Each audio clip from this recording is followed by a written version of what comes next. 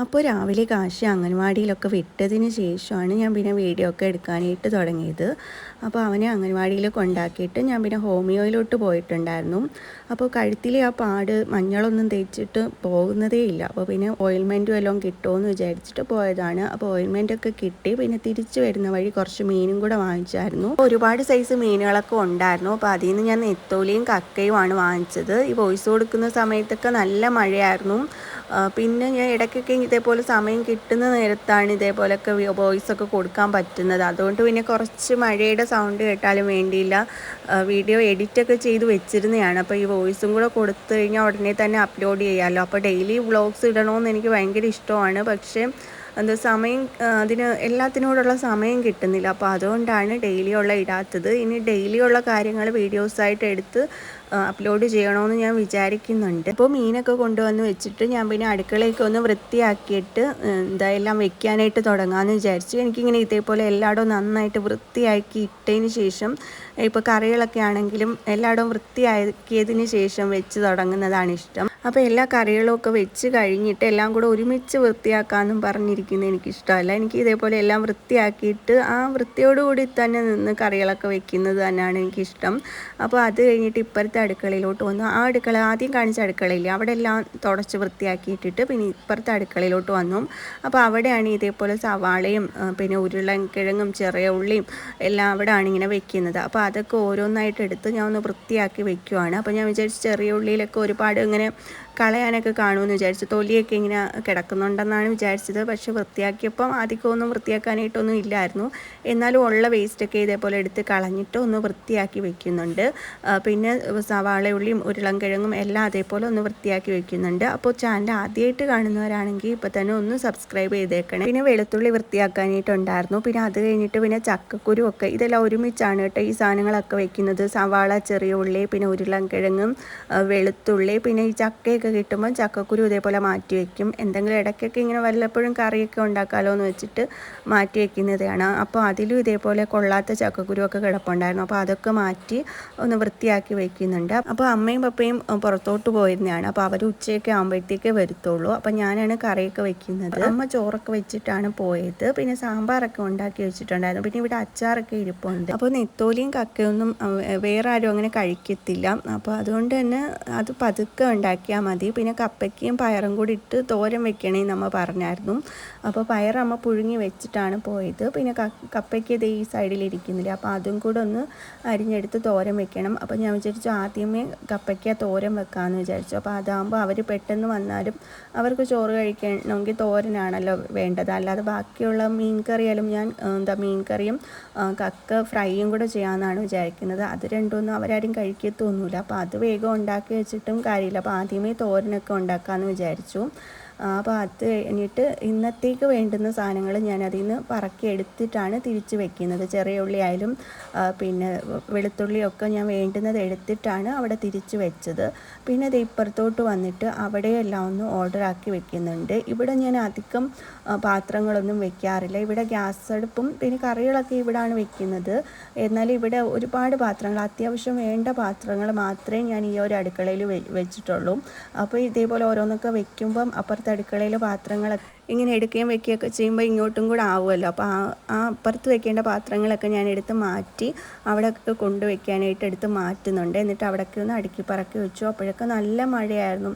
ഇപ്പോൾ ഇവിടെ കുറേ ദിവസമായിട്ട് ഭയങ്കര മഴയാണ്. അപ്പോൾ ആ ഒരു നേരം നന്നായിട്ട് മഴ പെയ്യുമായിരുന്നു. അപ്പോൾ ഞാൻ പിന്നെ ഒന്ന് വീഡിയോ എടുത്തതാണ്. പിന്നെ പാത്രങ്ങളൊക്കെ അടുക്കി ആ സ്റ്റാൻഡിൽ വെച്ചതിന് ശേഷം വേണ്ടുന്ന പാത്രം മാത്രം അടുക്കി വെച്ചതിന് ശേഷം പിന്നെ അതേ ഗ്യാസ് അടുപ്പിൻ്റെ ആ ഒരു ഭാഗമൊക്കെ ഒന്ന് തുടച്ച് വൃത്തിയാക്കുന്നുണ്ട്. പിന്നെ ഇവിടുന്ന് മാറ്റിയ പാത്രമൊക്കെ ഞാൻ അപ്പുറത്ത് അടുക്കളയിൽ കൊണ്ട് വെച്ചിട്ടുണ്ടായിരുന്നു. പിന്നെ ഈ സിങ്കിൻ്റെ അടുത്ത് വെച്ചിരിക്കുന്ന 2 വലിയ പാത്രങ്ങളും നന്നായിട്ട് കഴുകി പിന്നെ ആ സിങ്കൊക്കെ ഫുള്ളായിട്ടൊന്ന് സോപ്പല്ല ലിക്വിഡൊക്കെ ഒഴിച്ച് നന്നായിട്ട് കഴുകി വൃത്തിയാക്കിയായിരുന്നു. പിന്നെ ഞാൻ ഈ ഒരു സ്റ്റാൻഡ് ഇങ്ങനെ തിരിച്ച് വെച്ചായിരുന്നു. എനിക്ക് ഈ ഗ്യാസ് അടുപ്പിൽ നമ്മൾ കറികളൊക്കെ വെക്കുന്ന വീഡിയോ എടുക്കുമ്പോഴത്തേക്ക് സ്റ്റാൻഡ് വെക്കണമെങ്കിൽ അവിടെ സ്ഥലം കുറവായിരുന്നു.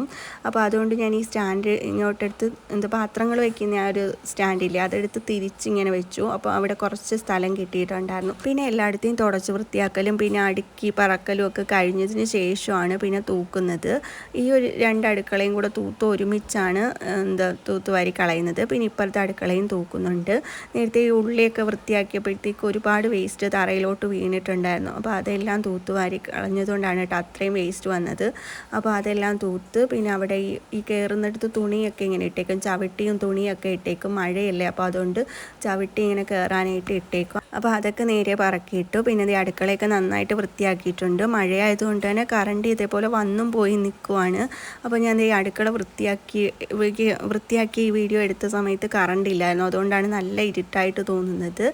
പിന്നെ ഇവിടെ അടുക്കളയെല്ലാം വൃത്തിയാക്കി ഇട്ടിട്ടാണ് ഞാൻ ജോലി ചെയ്യാനായിട്ട് തുടങ്ങിയത്. അതുകൊണ്ട് തന്നെ എല്ലാം വെച്ച് കഴിഞ്ഞപ്പോഴത്തേക്ക് കുറച്ചൊന്ന് ലേറ്റായി പോയിട്ടുണ്ടായിരുന്നു. പിന്നെ മീൻകറിയും കക്ക ഫ്രൈ ഒന്നും വേറെ ആരും ഇങ്ങനെ കഴിക്കത്തുമില്ല, അതുകൊണ്ട് ഞാൻ പിന്നെ കുറച്ച് സ്ലോയിൽ വെക്കാമെന്ന് വിചാരിച്ചത്. പിന്നെ വൃത്തിയാക്കലും കാര്യങ്ങളും ഒക്കെ കഴിഞ്ഞപ്പോഴത്തേക്ക് കുറച്ച് വെള്ളം കുടിച്ചതാണ്. പിന്നെ ഞാൻ മുഖമൊക്കെ നന്നായിട്ടൊന്ന് കഴുകി, കഴുത്തിൻ്റെ ആ ഒരു പാട് കാണുന്നില്ലേ, അവിടെയൊക്കെ നന്നായിട്ടൊന്ന് കഴുകിയിട്ട് ഹോമിയോയിൽ നിന്ന് കിട്ടിയ ഓയിൻമെൻറ്റ് ഇട്ട് കൊടുക്കുന്നുണ്ട്. അതാകുമ്പം ഡെയിലി ഇങ്ങനെ ഇട്ട് കൊടുക്കുകയാണെങ്കിൽ അതങ്ങ് പോകുന്നെങ്കിൽ ആ ഒരു പാടങ്ങ് മാറണമെങ്കിൽ മാറട്ടെ എന്ന് വിചാരിച്ചിട്ട് ഓയിൻമെൻറ്റൊക്കെ വന്ന പാടെ അങ്ങ് ഇട്ട് കൊടുത്തതാണ്. പിന്നെ ഞാൻ അത് കഴിഞ്ഞിട്ട് പിന്നെ ജോലിയൊക്കെ ജോലിയെന്ന് വെച്ചാൽ കറികളൊക്കെ വയ്ക്കാനായിട്ട് തുടങ്ങിയിട്ടുണ്ട്. അപ്പോൾ ഇത് കുറച്ച് കറിവേപ്പിലയാണ് കേട്ടോ. അതമ്മ ഇങ്ങനെ ഗ്ലാസ്സിൽ വെള്ളം ഒഴിച്ചിട്ട് അതിനകത്ത് ഇട്ട് വെച്ചിരുന്നതാണ് വാടിപ്പോവാതിരിക്കാനായിട്ട്. അപ്പോൾ ഞാൻ ഇന്നത്തേക്ക് വേണ്ടുന്ന കറിവേപ്പിലേക്ക് എടുത്തിട്ട് അതങ്ങ് കവറിലിട്ട് കെട്ടി ഫ്രിഡ്ജിൽ വെക്കുന്നുണ്ട്. അങ്ങനെയാണ് ഞങ്ങളിവിടെ വെക്കാറുള്ളത്. അങ്ങനെ വെച്ച് കഴിഞ്ഞാൽ ഒരു 2 ആഴ്ചയോളമൊക്കെ അതേപോലെ തന്നെ ഇരിക്കും. പിന്നെ മീൻ കൊണ്ടുവന്നിട്ട് ഇപ്പോൾ കുറച്ച് സമയമായല്ലോ, അത് ഇനിയും വെച്ചിരിക്കേണ്ടെന്ന് വിചാരിച്ചിട്ട് അതിൻ്റെ ക്ലീനിങ്ങും കാര്യങ്ങളും ഒക്കെ കഴിഞ്ഞിട്ട് ബാക്കി കറികൾക്ക് വേറെ കാര്യങ്ങളൊക്കെ ചെയ്യാമെന്ന് വിചാരിച്ചു. അപ്പോൾ ഇത് നെത്തോലിയും പിന്നെ കക്കയാണ് കേട്ടോ. കക്ക ഇതേപോലെ പുഴുങ്ങി പറക്കിയെടുത്ത കക്കയാണ്. മുമ്പൊക്കെ നമുക്കിവിടെ ഇതേപോലെ തോടോടുള്ള കക്ക കിട്ടുമായിരുന്നു. അത് നമ്മൾ കൊണ്ടുവന്നിട്ട് അതിൽ ഇതേപോലെ ഇതെങ്കിലും എടുത്തൊക്കെ കളയാനുള്ളതൊക്കെ കളഞ്ഞിട്ട് ഒരു 4 വെട്ടമൊക്കെ നന്നായിട്ട് കഴുകി വൃത്തിയാക്കിയിട്ടാണ് പുഴുങ്ങിയെടുക്കുന്നത്. അതുകൊണ്ട് തന്നെ അതിനകത്ത് അധികം മണ്ണും കാര്യങ്ങളും ഒന്നും കാണത്തില്ല. പിന്നെ ഒരു 2-3 വെള്ളവും കൂടെ കഴുകി കഴിഞ്ഞാൽ അതിലധികം മണ്ണും ഒന്നും കാണത്തില്ല. കുറച്ചൊന്ന് കഴുകുമ്പോഴത്തേക്ക് അങ്ങ് വൃത്തിയായി കിട്ടും. ഇത് നമ്മൾ തന്നെ പുഴുങ്ങാത്തതായതുകൊണ്ട് തന്നെ ഇതിൽ ഫുള്ള് മണ്ണായിരുന്നു. ഇഷ്ടം പോലെ മണ്ണും പിന്നെ ഇങ്ങനെ എടുത്ത് കളയാനൊക്കെ ഒരുപാട് വേസ്റ്റും കാര്യങ്ങളും ഒക്കെ ഉണ്ടായിരുന്നു. ഇതേപോലെ കമ്പും ചെറിയ കമ്പിൻ്റെ കഷ്ണങ്ങൾ അങ്ങനെയൊക്കെ ഒരുപാടുണ്ടായിരുന്നു. അവരൊന്നും എനിക്ക് തോന്നുന്നു നന്നായിട്ടൊന്നും കഴുകിയിട്ടൊന്നും അല്ലെന്ന് തോന്നുന്നു പുഴുങ്ങിയൊന്നും എടുക്കുന്നത്. അതുകൊണ്ട് തന്നെ ഒരുപാട് വെള്ളത്തിൽ കഴുകിയെടുത്തിട്ടാണ്, ഒരുപാടങ്ങ് കഴുകിയിട്ടാണ് അതിലെ മണ്ണൊക്കെ മാറി കിട്ടിയത്. ആദ്യം ഞാൻ വെളിയിൽ കൊണ്ടുപോയിട്ട് അവിടുത്തെ പൈപ്പിൽ നിന്ന് വെള്ളത്തിൽ കഴുകി എടുത്തിട്ടാണ് പിന്നെ അകത്തോട്ട് കൊണ്ടുവന്നത്. എന്നിട്ടും കഴുകി മാറ്റിയിട്ടും അതിലിങ്ങനെ മണ്ണ് അടിഞ്ഞടിഞ്ഞ് പാത്രത്തിലോട്ട് വരുമായിരുന്നു. അങ്ങനെ ഞാൻ നന്നായിട്ട് കക്ക കഴുകി ഞാൻ കുറച്ച് വെള്ളത്തിലങ്ങ് ഇട്ട് വെച്ചു. അതിലെങ്ങാനും മണ്ണ് വല്ലതും ഇടയ്ക്കെങ്ങാനും കയറി ഇരിപ്പുണ്ടെങ്കിൽ അതൊക്കെ പോട്ടെ എന്ന് വിചാരിച്ചിട്ട് വെള്ളത്തിൽ എടുത്തിട്ട് വെച്ചിട്ടുണ്ട്. അത് കഴിഞ്ഞിട്ട് ഞാൻ പിന്നെ മീൻ വൃത്തിയാക്കാനായിട്ട് തുടങ്ങിയതാണ്. അപ്പോൾ ഇതെന്ന് വെച്ചാൽ 100 രൂപയ്ക്ക് ഒരുപാട് കക്ക കിട്ടിയിട്ടുണ്ടായിരുന്നു. നമ്മളല്ലാതെ തോടോട് വാങ്ങുന്ന കക്കയെന്ന് വെച്ചാൽ അത് പുഴുങ്ങി പറക്കിയെടുക്കുമ്പോഴത്തേക്ക് ഇതിൻ്റെ ഒരു 4/1 ഭാഗം പോലും കാണത്തില്ല. ഇത് പക്ഷേ ഒരുപാട് കിട്ടിയിട്ടുണ്ടായിരുന്നു. പിന്നെ കുറച്ച് മണ്ണൊക്കെ കളഞ്ഞ് വൃത്തിയാക്കി എടുക്കാൻ കുറച്ച് സമയം എടുത്തേ ഉള്ളൂ. പിന്നെ അത് കഴിഞ്ഞത് വലിയ നെത്തോലിയായിരുന്നു കിട്ടിയിട്ടുണ്ടായിരുന്നത്. അതൊക്കെ ഒന്ന് കട്ട് ചെയ്ത് വൃത്തിയാക്കി എടുക്കുന്നുണ്ട്. അപ്പോൾ വെളിയിലൊക്കെ നല്ല മഴയാണ്, മഴ ഇങ്ങനെ വന്നും പോയി നിൽക്കുവാണ്. പിന്നെ ഇത് പുതിയതായിട്ട് കെട്ടിയ വർക്ക് ഏരിയ ആണ് കേട്ടോ. ഞാൻ കഴിഞ്ഞ വീഡിയോയിൽ പറഞ്ഞു എന്ന് തോന്നുന്നല്ലോ. ഇവിടെ അത്യാവശ്യം നമുക്ക് ഒരു 3-4 പേർക്കൊക്കെ നിന്ന് ജോലി ചെയ്യാനായിട്ടുള്ള സൗകര്യമുണ്ട്. മറ്റേത് അപ്പുറത്താണെങ്കിൽ വലിയ അടുക്കളയിൽ കുറച്ച് സൗകര്യമൊക്കെ ഉണ്ടായിരുന്നു. പിന്നെ ചെറിയ അടുക്കളയിൽ അടുപ്പുള്ള, അതായത് വിറകടുപ്പുള്ള അടുക്കളയിൽ കുറച്ച് സൗകര്യം കുറവായിരുന്നു. എന്നാലും അത്യാവശ്യം 2-3 പേർക്കൊക്കെ നിന്ന് ജോലി ചെയ്യാം. ഇനി എൻ്റെ ഒരു കൂട്ടുകാരിയുണ്ട്, അവളാണെങ്കിൽ കല്യാണം കഴിച്ച് ചെന്ന വീട്ടിലാണെങ്കിൽ 2 അടുക്കളയുണ്ട്. ഒരു അടുക്കളയെന്ന് വെച്ചാൽ വലിയ അടുക്കളയാണ്. അവിടെ കുക്കിങ്ങും കാര്യങ്ങളും ഒന്നുമില്ല. അവിടെ ഗ്യാസ് അടുപ്പും പിന്നെ വിറകടുപ്പും ഒക്കെ വേറൊരു അടുക്കളയിലാണ് കേട്ടോ. ഇപ്പുറത്തായിട്ട് ചെറിയൊരു അടുക്കള, അതും അത്യാവശ്യം 2 പേർക്ക് നിന്ന് ജോലി ചെയ്യാനുള്ള സൗകര്യമേ ഉള്ളൂ. അവളെ കല്യാണം കഴിച്ചെടുത്ത് ഇതേപോലെ 2 ആൺപിള്ളേരാണ് കേട്ടോ. എന്തായാലും ഭാവിയിൽ 2 മരുമക്കളും പിന്നെ ഇവരുടെ അമ്മയും കാണുമല്ലോ. അങ്ങനെ അതിൽ 3 സ്ത്രീകളുള്ള വീടാകുമ്പം കുറച്ച് അടുക്കളയൊക്കെ കെട്ടുമ്പം കുറച്ച് വലുതായിട്ട് വെക്കണം അല്ലേ. എന്തായാലും ഭാവിയിൽ 2 പെൺപിള്ളേർ കയറി വരും. അപ്പോൾ അവർക്ക് നിന്ന് എന്തെങ്കിലും ജോലികളൊക്കെ ചെയ്യണമെങ്കിൽ അത്യാവശ്യം വലിയ അടുക്കള തന്നെ വേണം. പക്ഷേ ഇത് വിറകടുപ്പും ഗ്യാസ് അടുപ്പും ഒക്കെ വെച്ചിരിക്കുന്നത് ഈ ചെറിയ അടുക്കളയിൽ. അത്യാവശ്യം മൊത്തത്തിൽ നല്ല സൗകര്യമൊക്കെ ഉള്ള വീടാണ് കേട്ടോ. പക്ഷേ ഈ അടുക്കളയിൽ മാത്രം ഈ പണിയാണ് കേട്ടോ ചെയ്തു വെച്ചിരിക്കുന്നത്. രണ്ട് പേർക്ക് കഷ്ടിച്ച് നിന്ന് ജോലി ചെയ്യാനേ പറ്റത്തുള്ളൂ. അപ്പോൾ അതും പോട്ടെ, അപ്പോൾ ഇവള് ചെന്ന് കഴിഞ്ഞാണോ അപ്പോൾ അതിന് മുന്നെയൊക്കെയാണോ ഈ രണ്ട് പേർക്ക് നിൽക്കാനുള്ള അടുക്കളയിൽ പിന്നെ വലിയൊരു ഡെസ്കും കൂടെ പിടിച്ചങ്ങ് ഇട്ടിരിക്കുവാണ്. അപ്പോൾ പിന്നെ കറക്റ്റ് ഒരാൾക്ക് മാത്രമേ ആ ഒരു ഗ്യാപ്പിൽ കയറി നിന്നിട്ട് ഗ്യാസ് അടുപ്പിലായാലും വിറകടുപ്പിലായാലും എല്ലാം വെക്കാനായിട്ട് കറക്റ്റ് ഒരാൾക്ക് മാത്രമുള്ള സൗകര്യം മാത്രമേ ഈ അടുക്കളയിലുള്ളൂ. അപ്പോൾ എൻ്റെ പറഞ്ഞ കൂട്ടുകാരിക്കാണെങ്കിൽ അവിടെ ഒരു ജോലിയും ചെയ്യാനായിട്ടും പറ്റത്തില്ല. എന്നുവെച്ചാൽ ഒരാൾ നിൽക്കുന്ന ആ ഒരു ഗ്യാപ്പിൽ ഒരാൾ കയറി കഴിഞ്ഞാൽ പിന്നെ ഒരാൾക്ക് തിരിച്ചിറങ്ങി വരാൻ പാടാണ്. ആ ഒരു രീതിയിൽ ഡെസ്ക് പിടിച്ചിട്ടേക്കും. അപ്പോൾ ഇവളോട് എല്ലാവരും പറഞ്ഞു കേട്ടോ, ആ ഡെസ്കൊക്കെ പിടിച്ച് മാറ്റാൻ പറ, എല്ലാവർക്കും നിന്ന് ജോലി ചെയ്യണ്ടായോ. അപ്പോൾ അവൾക്ക് അത് പറയാനും മടി. പക്ഷെ ആ വീട്ടുകാരും ആ ഒരു ഡെസ്ക് എടുത്ത് മാറ്റത്തുമില്ല. അപ്പോൾ ഇതേപോലെ ജോലി ചെയ്യുന്നില്ല, ഇവള് ജോലി ചെയ്യത്തില്ല എന്നൊക്കെ ഉള്ള പരാതികൾ ഇങ്ങനെ വന്നു. എന്നുവെച്ചാൽ ജോലി ചെയ്യണമെങ്കിൽ ഒരു ഗ്യാപ്പ് കിട്ടണമല്ലോ. ഇപ്പുറത്തെ അടുക്കള വലിയ അടുക്കളയാണ്, പക്ഷെ അവിടെ ഇതേപോലെ മിക്സിയിൽ അരയ്ക്കുന്നതും ഫ്രിഡ്ജൊക്കെ വെക്കുന്നതും ഒക്കെ ആയിട്ടുള്ള സൗകര്യങ്ങളാണ് അവിടെ ചെയ്തിരിക്കുന്നത്. അപ്പോൾ ഗ്യാസ് അടുപ്പെങ്കിലും ഇപ്പുറത്താണെങ്കിൽ ഇപ്പുറത്ത് ഒരാൾക്ക് ഒന്ന് കറി വെച്ചിട്ട് അപ്പുറത്ത് വിറകടുപ്പിൽ ചോറൊക്കെ വെക്കുന്ന ഒരാൾക്കൊക്കെ വെക്കാം.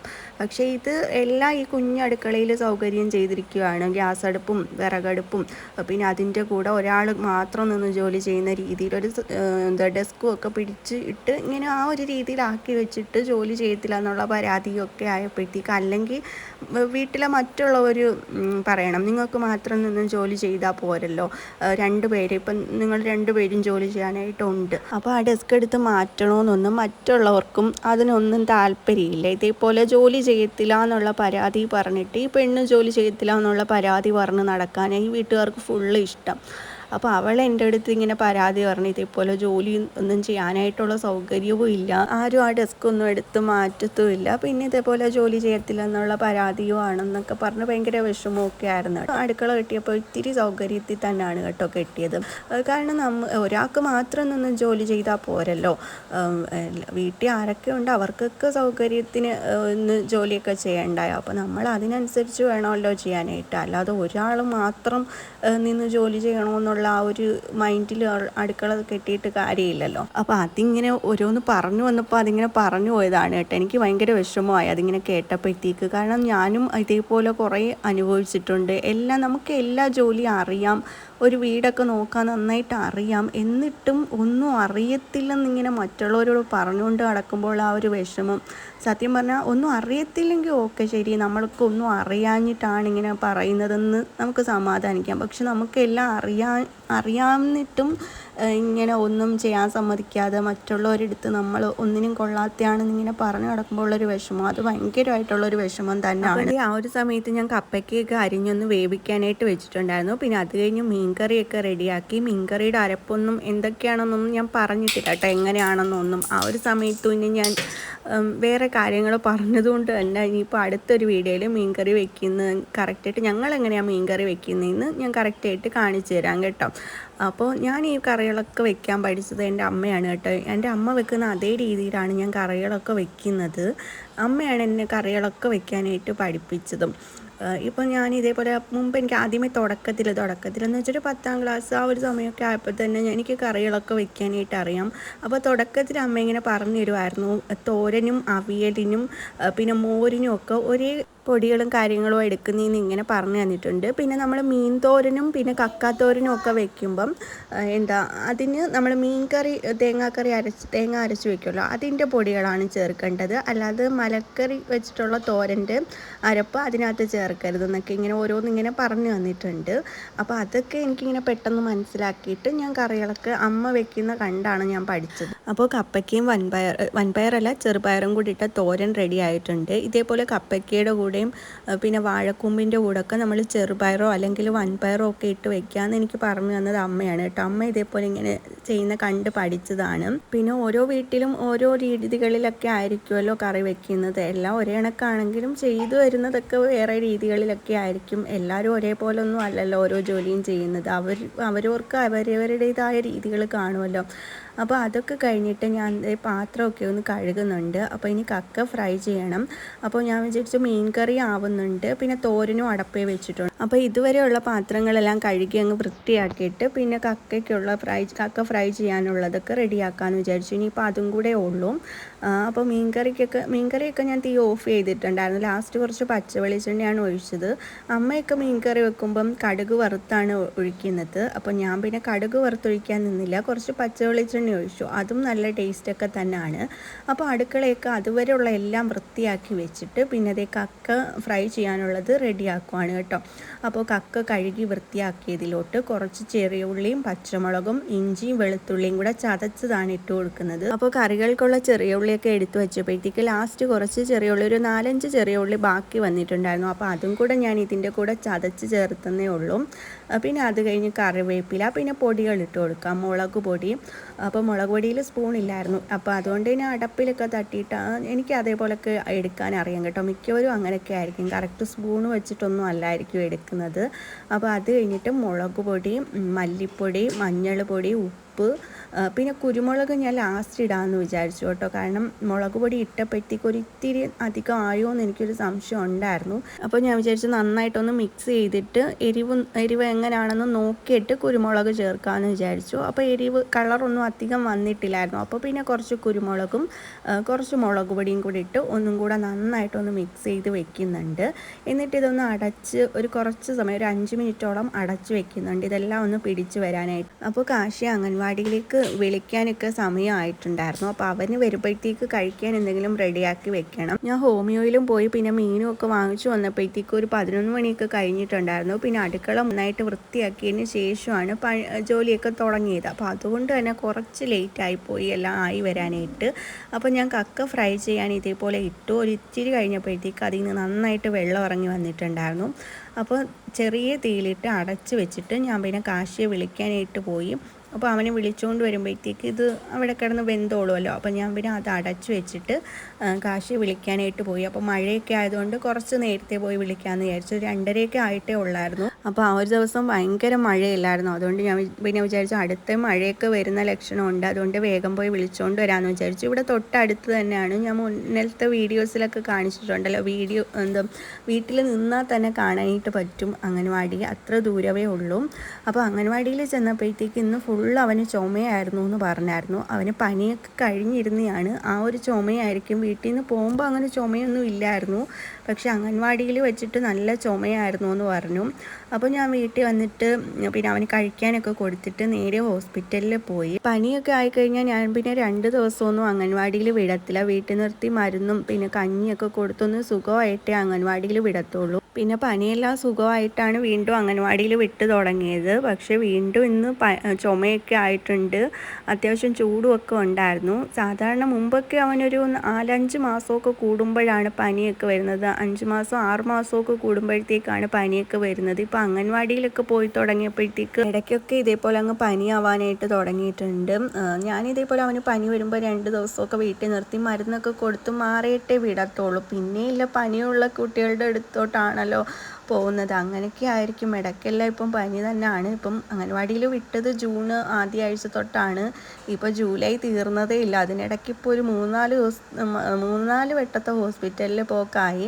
അങ്ങനെ അംഗൻവാടിയിൽ നിന്ന് വന്നിട്ട് അവന് ആഹാരമൊക്കെ കൊടുത്തു കഴിഞ്ഞിട്ട് പിന്നെ ഞങ്ങളിതേ ഹോസ്പിറ്റലിലോട്ട് പോവാണ്. വീടിൻ്റെ തൊട്ടടുത്തായിട്ടൊക്കെ തന്നെയാണ്. ഒരു 2 മിനിറ്റ് നടന്ന് റോഡിലോട്ട് എത്തുമ്പോഴത്തേക്ക് റോഡ് ക്രോസ് ചെയ്താൽ പിന്നെ ഹോസ്പിറ്റലായി. അവിടുന്ന് ഒരു ഇത്തിരി ഇങ്ങോട്ട് വരണം അതിൻ്റെ ഫ്രണ്ട് സൈഡിൽ എത്താനായിട്ട്. അപ്പോൾ ഞാൻ വീട്ടിൽ ചെറിയ പാൻ്റ് ആയിരുന്നല്ലോ ഇട്ടിരുന്നത്, അത് മാറ്റിയിട്ട് പാവാടയാക്കിയിട്ട് ഉടുപ്പ് ഞാൻ പിന്നെ മാറാനൊന്നും നിന്നില്ല. പിന്നെ ഇങ്ങോട്ടൊന്ന് വന്നാൽ മതിയല്ലോ, അതുകൊണ്ട് ഞാൻ പിന്നെ ഉടുപ്പൊന്നും മാറാനായിട്ട് നിന്നില്ല. അപ്പോൾ ഞങ്ങളിതേ ഹോസ്പിറ്റലിൽ എത്തി, മരുന്നൊക്കെ വാങ്ങിച്ചു. പിന്നെ അവിടെ ഫ്രണ്ട് സൈഡിലായിട്ട് ഇതേപോലെ അക്വേറിയം ഉണ്ട് കേട്ടോ. അപ്പോൾ കാശിക്ക് ഭയങ്കര ഇഷ്ടമാണ്. അപ്പോൾ ഒരു 5 മിനിറ്റ് അവിടെ നിന്ന്. അപ്പോൾ ഹോസ്പിറ്റലിൽ നിൽക്കുമ്പോഴും പിന്നെ ഇതേ പോകാനായിട്ട് ഇറങ്ങിയപ്പോഴത്തേക്കും ഒക്കെ നല്ല മഴയായിരുന്നു. ഇപ്പോൾ ഭയങ്കര മഴയല്ലേ, അപ്പോൾ അതുകൊണ്ടൊക്കെ ആയിരിക്കും ഈ പനി ഇങ്ങനെ മാറാതെ ഇരിക്കുന്നത്. അപ്പോൾ അത് കഴിഞ്ഞിട്ട് വീട്ടിൽ വന്നിട്ട് പിന്നെ മീൻകറിയൊക്കെ ഒന്നും കൂടെ ഒന്ന് ചൂടാക്കിയിട്ട് അപ്പോഴാണ് കേട്ടോ ചോറ് കഴിച്ചത്. ഞാൻ പിന്നെ അത്രയും ലേറ്റായി, ഒരു 4 മണി 4:30 ആയി ചോറ് കഴിച്ചപ്പോഴത്തേക്ക്. അങ്ങനെ ഇന്നത്തെ വീഡിയോ ഇത്രയേ ഉള്ളൂ. ഇങ്ങനത്തെ വ്ളോഗ്സൊക്കെ കാണാൻ ഇഷ്ടമാണെങ്കിൽ മറക്കാതെ ചാനലൊന്ന് സബ്സ്ക്രൈബ് ചെയ്തേക്കണേ. അപ്പോൾ നമുക്ക് അടുത്തൊരു വീഡിയോയിൽ കാണാം. ബൈ.